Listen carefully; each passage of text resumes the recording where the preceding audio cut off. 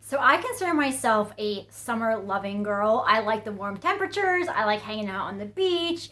I love all that stuff we do in summertime, sipping cocktails, hanging out at the pool. But here in Vermont, where I live, I have to say fall is a really special occasion because I get to go to the apple orchard. We get to crunch in the leaves. It gets really beautiful here. The sights just driving around with all the leaves in the mountains are just incredible. So I get excited about fall, and for me, it's right around the corner, even though today it's hot. Tomorrow, who knows, because that is Vermont weather. So I have just kind of in my process of absorbing and enjoying perfumes, have found 6 incredible fall perfumes I'm really looking forward to wearing. And they're not just like your average fall, it's not just gourmand. These are like sexy fall perfumes, are gonna make your partner want to be all up on you. They are sensual, they're interesting, they're spicy or sweet, or they're different from each other in many ways. But they all have something really sensual, beautiful, warm, inviting about them. These are some really special fall scents I'm talking about here. So if you're new, my name is Chrissy. This is my fragrance review channel, Chrissy Love. It's awesome to have you here. I really appreciate when you like and subscribe and comment. I want you to engage. It's exciting for me. I just feel like I'm a really big part of this community, just like each one of you is as well. I feel important when you reach out to me, and I love showing you how you're important to me as well.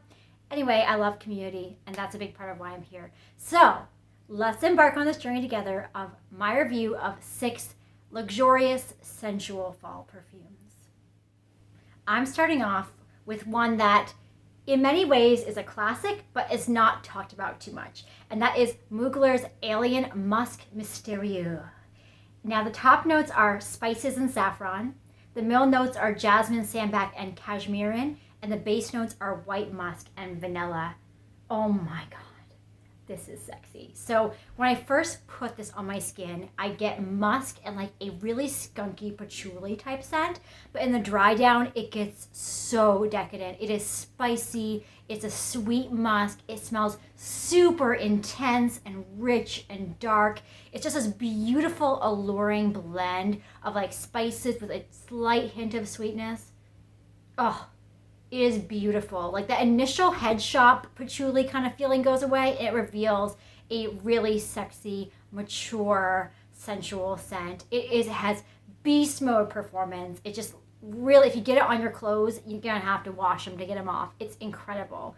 But yeah, even just smelling it now, it is so alluring. It's just that spice in there. It's just really gorgeous. So this is one that I would not take lightly. I wouldn't wear it if I was going to be getting sweaty or warm. Like this is one that you want wrapped around you when you're feeling cold or feeling that seasonal change of fall and you want something really cozy but sexy. It's just incredible. And that is Alien Mugler Musk Mystérieux. Next I have Elizabeth and James Nirvana Bourbon, which of course is from Mary-Kate and Ashley Olsen. And this one surprised me. I haven't actually tried their perfumes yet. Now the notes are oak, bourbon, vanilla, and tuberose. And oh my God. So when I first put this on my skin, I get what bourbon feels like going down your throat. It's burny, it's boozy, and the dry down, it gets so sweet and delicious. It's like a creamy oak with a sweet vanilla, but like a really natural vanilla too. It's still boozy, but it's mostly woods and vanilla. So it's really deep. It like kind of plays with that line of masculine, feminine in a way that I'm just really starting to enjoy in my perfumes. But that sweetness to me just anchors it because I need sweetness on my skin. I can't do straight up oak. But yeah, this is absolutely gorgeous. It's calming. It's just like sipping on a nice bourbon, like a really exceptional bourbon, one you can really sip and enjoy. You don't want to just knock it back in a pretty glass. Even their bottle looks kind of like some kind of flask or something. Performance-wise, it does turn into a skin scent after a few hours, which actually is not a bad thing. I don't know if I want this to be a super boozy, strong scent around me all the time. It could be kind of off-putting to people around me. It's kind of nice to have this be like a personal experience perfume. But this is just really pretty, slightly simple. You know, I wouldn't say it's super complex, but what it is well blended and really quality ingredients. And again, that sweetness comes out on me, that like booziness is just a delight to wear when it's starting to get a little bit cool. And it really matches to me the feeling of like wearing nice leather boots and like a scarf, and it's just so comforting. So that is Elizabeth and James Nirvana Bourbon. Next is one I've rejected for a long time, and that is Angel Muse by Mugler. And I never thought I liked it. I think I smelled it in the wrong season, or, you know, just wasn't ready for the intense experience of Angel. I still don't like the original, to be honest with you. Now, the top notes are pink pepper and grapefruit. The middle note is hazelnut cocoa spread, and the base notes are patchouli and vetiver.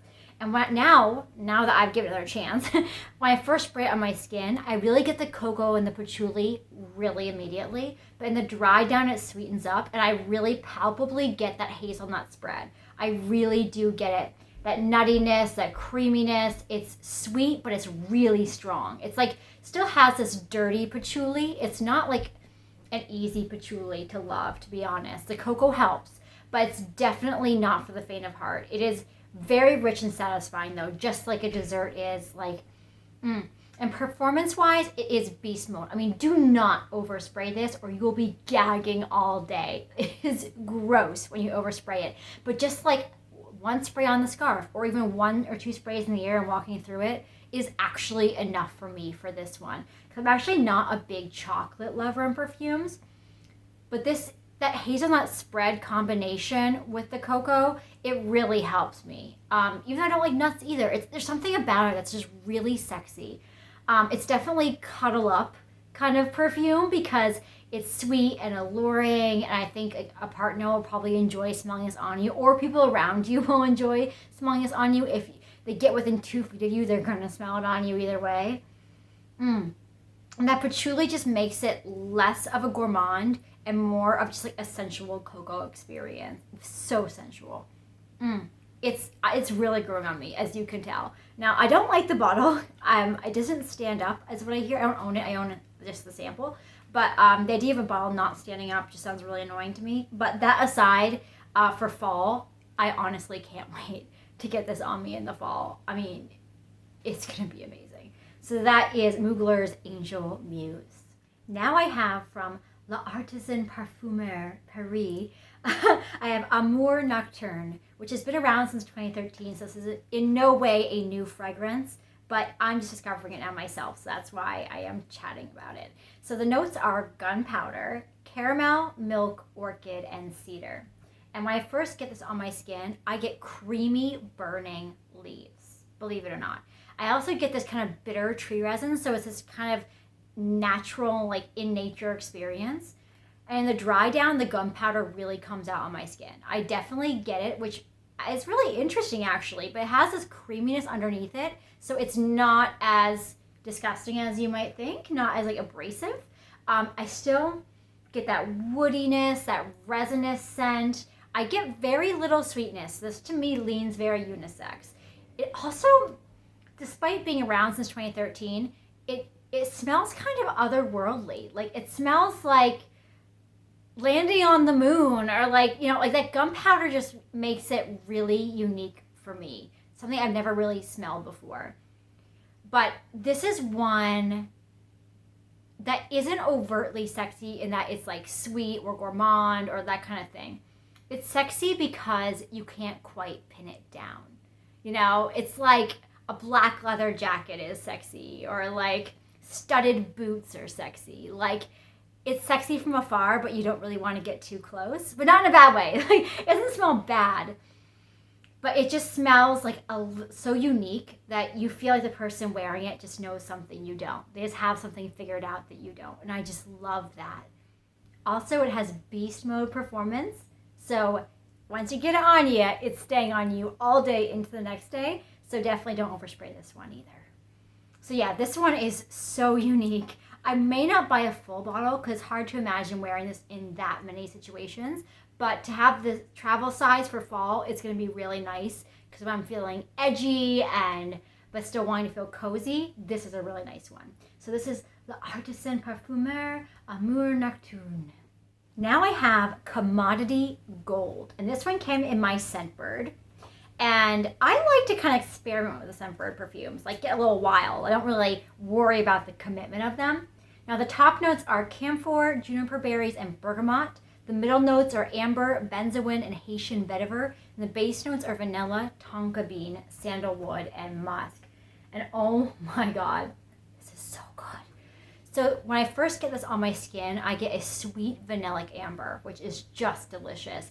And in the dry down, it maintains that sweet vanilla. And I also get this rich tonka in there. You know, it's not gourmand. It's not candy-like sweetness, but it's this like natural ambery sweetness. The benzoin lends itself to that as well. It's super creamy. It's comforting. It's like so snuggly and cozy. This is one you like want on your scarf and you want to just like stay on your scarf and not wash it off. Like whether you're wearing perfume or not, you like this is like a scent that you want around you. It'd be a really amazing candle too, actually. And it's super well blended. It's actually pretty hard to pick out individual notes. It smells really expensive. It smells seamless. It's like sweet, but warm, sexy, sumptuous. This is like once you're wearing it, people want to be near you. Like it's very unisex to me. I think a man could really pull this off as well. Now performance-wise, it does become a skin scent about halfway through the day. So you need to spray it again to get that projection back. But I don't really mind that. I think it's nice that it kind of fades throughout the day because then I could put on a different perfume for night, for example, if I want something like really amped up and out there. Or if you're cuddling, you don't necessarily want something that's like really going to be a cloud around both of you necessarily. You want it to be like your scent, not theirs. But this one, I'm really considering buying a full-size bottle. Of course, I'll use this up first because I'm just that kind of gal. But this is like the best blending of all these notes are in a lot of different things, like vanilla, benzoin, tonka. They're in everything. But this is a really beautiful blending that I just like.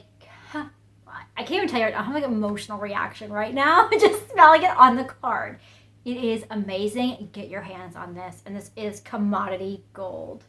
Now, last but definitely not least, I have Lolita Lempicka Elixir Sublime, and I got this off of Zulily actually, along with the cherry perfume of theirs as well. I think it's called Sweet. And so the top notes on this one, we have licorice. Middle notes are cedar, violet, and jasmine, and base notes are vanilla, tonka bean, and labdanum. And I recently decluttered my Lolita Lempickas. I had a couple flankers of them because I really just wasn't reaching for them, and I think it was the licorice. The licorice just wasn't really doing it for me anymore. But this is like what I wish those could have been, which is awesome. So when I first spray it on my skin, I get tonka bean and I get Play-Doh. But it changes quickly, so don't be afraid.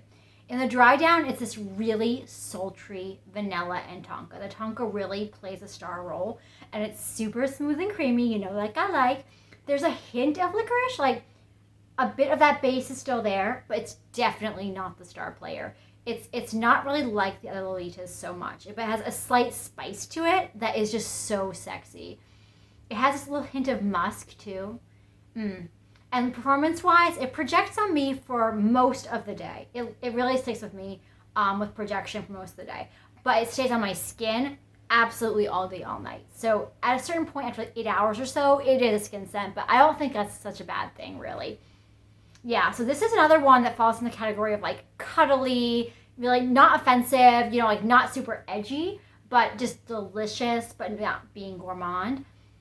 This is like a grown-up scent for Lolita, I think. I think it's a little more mature than the rest of them are, but it's still sweet and it still is very sumptuous. So highly recommend. Not one I hear talked about very often, but also I will say the bottle, that like gold apple-shaped bottle, is really pretty. Not bad for the collection either. So yeah, that's my final one, Lolita Lempicka Elixir Sublime. So I want to know right now, what is one scent, you can pick one scent you're looking forward to wearing in the fall, if your climate experiences fall, which I know many do not, and I am jealous of you all. Because if you don't get fall, it means you don't get winter. But in any case, what are you looking forward to when the weather turns? Thanks for being here. Thanks for liking, commenting, and subscribing. And I hope you have a very beautiful day.